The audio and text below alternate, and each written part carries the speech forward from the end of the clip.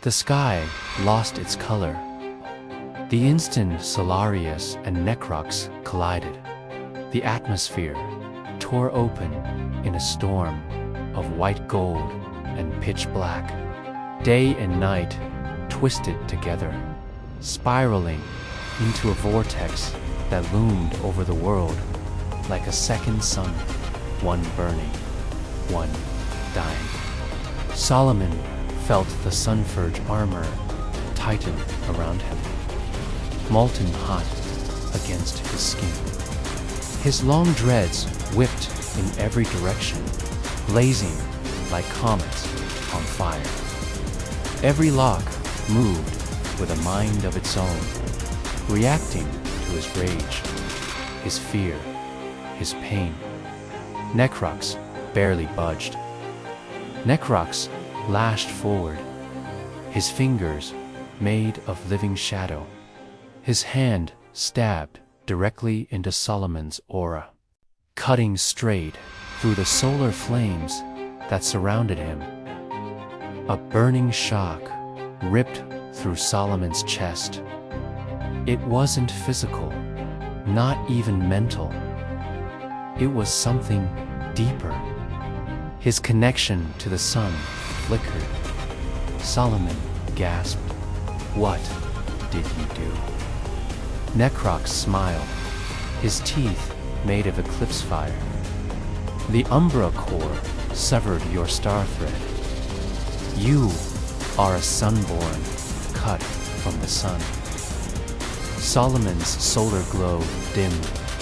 His dreads, normally endless rivers of gold, dulled at the tips. For the first time since he was a child, he felt cold, but the Sunforge armor sensed his fading power, and it did something completely unexpected.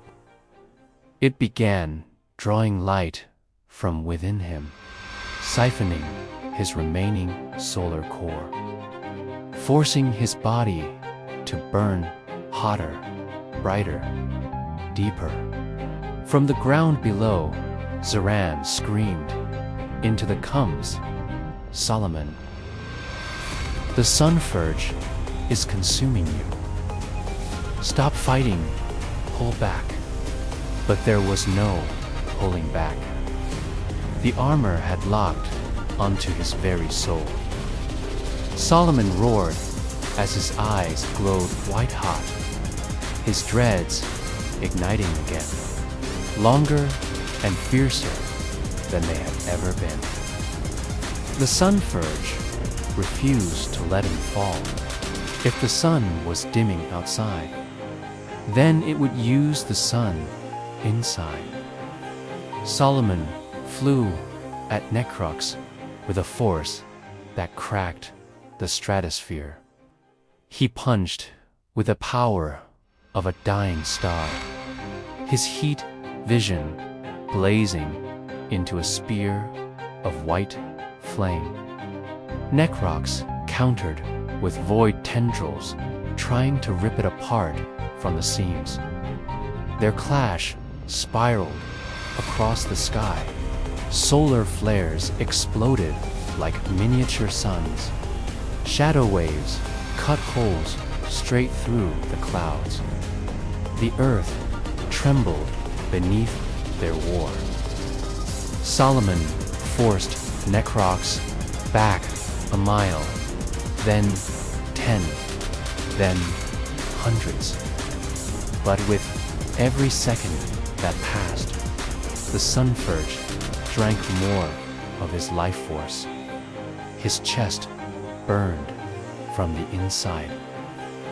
His breath came like fire. His heartbeat sounded like a cracking star. Necrox sawed. "You are weakening," the Eclipse Lord hissed. "I am burning," Solomon corrected. "And that's how stars kill." Below, the Solar Order activated their new heliotech. Kamari led the charge, her heliocannon glowing. Brother Imani stood beside her, hands clasped, forming a solar shield large enough to guard a small city. "Fire!" Kamari shouted. The sky erupted with dozens of controlled solar blasts. They weren't strong enough to defeat the Armada ships, but they were enough to distract them. The enemy fleet turned, redirecting their fire. The Solar Order raised their shields. Humanity held the line. For the first time in history, Earth wasn't helpless. But high above, Necrox caught Solomon's arm and hurled him upward. The two shot into space, leaving Earth behind in a streak of flame and darkness. In orbit, Necrox finally revealed his trap. The Umbra core pulsed. It released a wave of eclipse energy so powerful it blotted out the sun, not physically, but spiritually, cutting every Nurian-born being off from its light. Solomon screamed. His aura shattered. His solar core dimmed to a dying ember. Necrox grabbed him by the throat. At last, he whispered, "The sunborn bleeds." Solomon's dreads flickered, then dimmed, then went dark at the ends. He could barely breathe, but even now, the Sunfurge refused to die. It began drawing the last, deepest remnant of his solar core, though, part no Nurian ever accessed. And Solomon felt something awaken inside him, something ancient, something forbidden, something not of his world, but beyond it. Solomon whispered, his voice cracked, "What is this energy?" Zarin had spoken of it only once, a myth, a warning, a power older than suns, the primordial flame, the first fire, the spark that birthed the stars themselves. It slept in every sunborn, but none had ever awakened it without dying until now. The Sunfurge pulsed. Solomon's eyes ignited.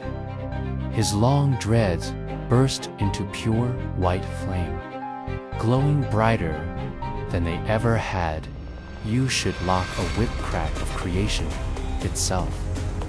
Necrox actually stepped back. Impossible. No.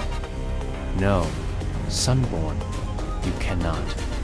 Solomon rose, burning with the light of the first fire. He spoke, his voice layered with cosmic thunder. "I am not just the heir of a shattered world." He raised his hand, his palm glowing with starlight, older than time itself. "I am the flame that came before your darkness." And he struck. The blow sent Necrox spiraling across space, crashing into an asteroid that vaporized instantly. The Umbra core cracked. Just once, just faintly, but it was enough. Solomon's power surged out of control. Zarong's voice echoed through the comlink. "Solomon, stop. Your body can't contain that power. The Sunfurge wasn't built for a primordial flame.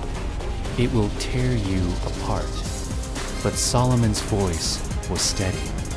"If I stop, Earth falls." He charged. Necrox rose. The Umbra core fled. Light and void collided one last time. A starburst of white, a collapse of black, a shockwave that shook the moon, then silence. Solomon floated in the void, unconscious. The sunfurge was dim, but intact. His dreads had shortened, burned down to half their length by the primordial flame. Necrox drifted away. His armor cracked open, the Umbra core flickering like a dying heart. He whispered one final vow. Sunborn, you cannot contain that flame. When it kills you, the eclipse will inherit your ashes. And he vanished into a rift. Solomon drifted toward Earth, glowing weakly like an injured meteor. Zarin cried out, "Send recovery teams, now." The Solar Order launched into the sky, racing to catch their falling sun. The world watched. And as Solomon descended, still aflame from the inside, one truth became clear.